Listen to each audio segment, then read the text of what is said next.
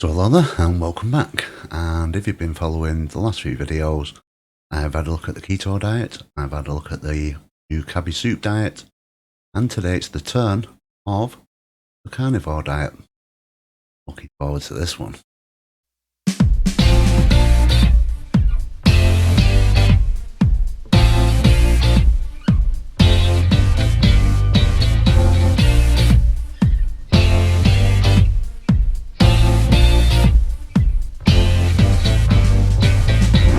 The We Can't Spell Success Without You PowerPlan project presents My Commercial Diet Review. The Carnivore All-Meat Diet. So,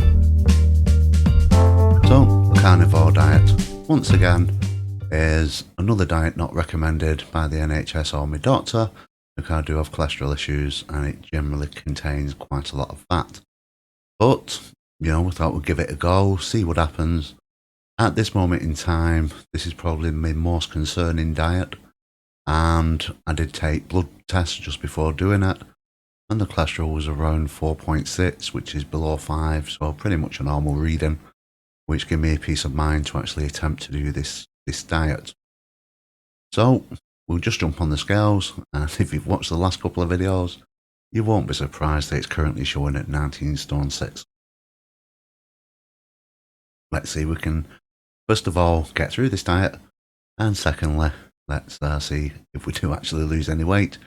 The results up to now has been quite miserable. If you haven't seen the other two videos, then basically I'm doing this because when I was younger I did many diets, all of them failed. That's the reason why I wrote the book, which I've done.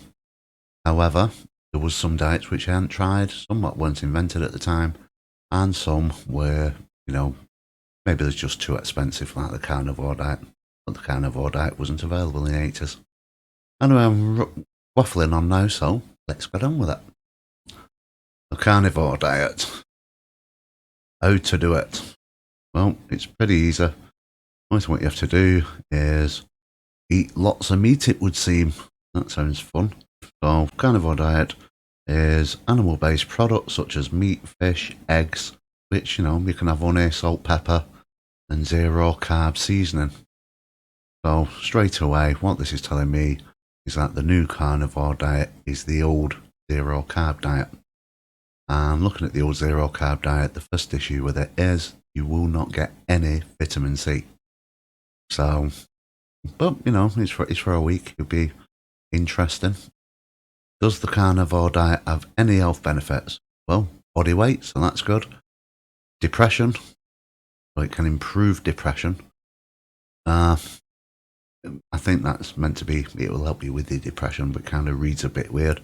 It should help you with anxiety, it should help with diabetes, which you would expect to because carbs are linked to sugar, sugar's linked to diabetes. If there's no carb, zero carb, you've got zero sugar, etc. So it should help with diabetes. Skin complaints. So I know I actually had a quick look round on the internet, and you do discover is that people can look a little bit drawn and have like black circles under their eyes and things. So this claims that it actually improves skin complaints. So do it yourself, have a quick whiz around YouTube, just have a quick look at videos where they're promoting the carnivore diet. In particular, look at their eyes. Their eyes seem to be quite darker than most people. It can help to improve pain. Well, don't know. Digestive issues. We'll see. And arthritis. So, a lot of good benefits there. Risks and side effects. Basically, I would say for this, it's basic. Bottom line, you don't get vitamin C. So that could lower your immunity a little bit. Even though to me, immunity is more connected to vitamin D these days. And the other side of it is that you're having red meat. And there's always, if you have too much red meat, it's going to clog up the system. It could start cancer. Following wheat, red meat's really good for you. And white meat. Now, white meat's always been fine. Fish has always been fine. But was always taught, and I promote, is if you are actually having white meat, make sure that you remove the skin. Or just avoid eating it. So that's where the fat buildup will be. And calories as well. You can cook things with skin on, but try not to eat it. But that's crispy skin. Chicken, chicken crispy skin. Very nice. So anyway, so that's enough for that. So the best way of doing this is get the meat in. So the best way of doing this is by actually getting the meat in. So going online, probably the closest and one of the better meat companies is Best in Bury. They're not paying me to say that. It's just genuinely that's the type of meat supply that I do use. And there is a referral on our website recommending the service. However, as we can see here, you get a vast selection of meat from kebabs to steaks to pork loins, chicken legs, chicken fillets. This is going to get me through a week quite easily, and very much at this moment in time, I'm already looking forward to doing this thing. So we've got eggs in, and we have got a bit of fish. Now, if anybody what knows me, I'm not a fish lover, so that's probably going to be difficult. However, we've got everything that we need, so we'll get on with it. Where did I get on with this? Well, day one was fantastic. Have your breakfast, have a steak, brilliant. What I found is that getting the meat direct from a place like Best in Bury is that it's not got any excess water in it. It's proper meat. If you're scared of blood, it's not a good idea getting it. But apart from that, it's proper meat. It's really nutritious. And what you found is that if you're trying to eat this as 3 meals a day, you're really going to struggle.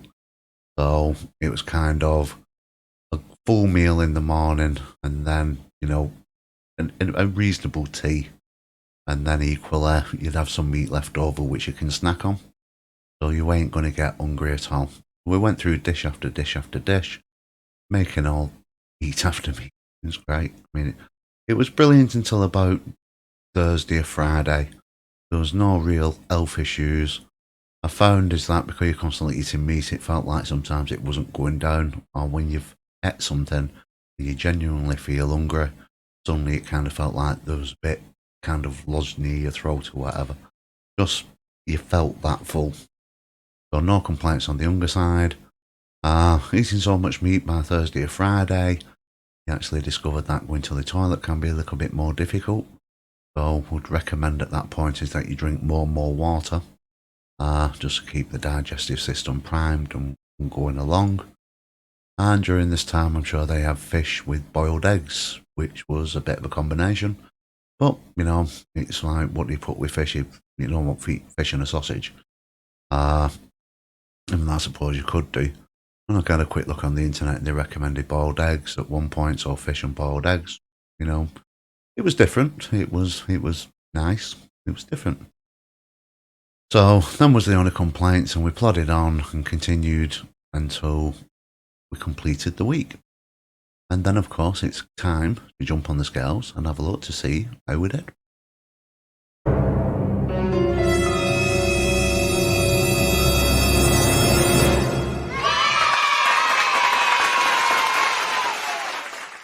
And there we go. So we've gone from 19 stone 6 to 19 stone 1. Which is £5 loss within 1 week, which is quite significant. And, I'm happy with that. It's the first one, which is actually impacted on weight and lost weight. My concerns or reservations is that I did this when I knew that my cholesterol was normal. Would I do it again? Not without medical supervision. I would be really into getting a blood test, see what the cholesterol levels are like, do this for another week, possibly 2 weeks, and then have another look at the cholesterol level and see what the balance is. Has it impacted? Has it gone up or not? So that would be my main concern. I wouldn't do it just on the fly, and I certainly wouldn't be thinking about having this as a long-term diet, which is always the problem. If you're picking up a diet, you've got to carry on with it. Lose the weight. As soon as you break the diet cycle, which is normally 6 weeks for most dieting, the weight will start coming back on again. And I guess that's the reason why they call them diets.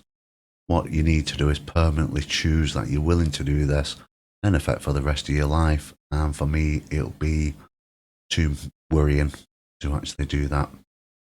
just from the, having cholesterol issues from your father. It'd be lots of worry. But the final thing, which is, I've said it before in this video, vitamin C deficiencies, possibly other vitamin deficiencies, is a bit of a problem. And even just doing this for 1 week, day one, fantastic, look at all this meat, this is like a brilliant thing. And day 7, well, what do I put with it?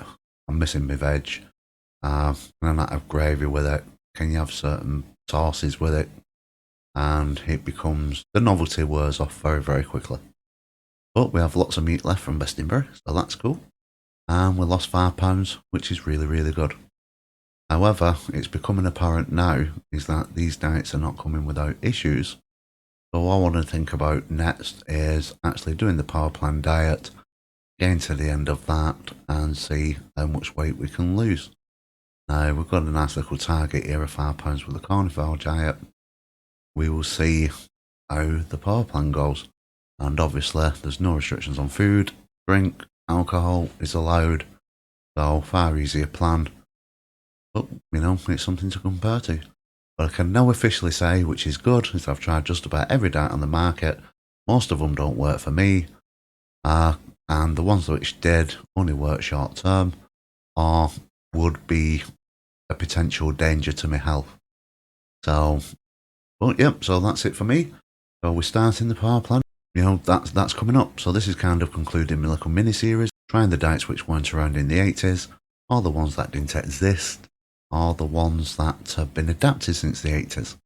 And then with the 3 which I picked. Yeah.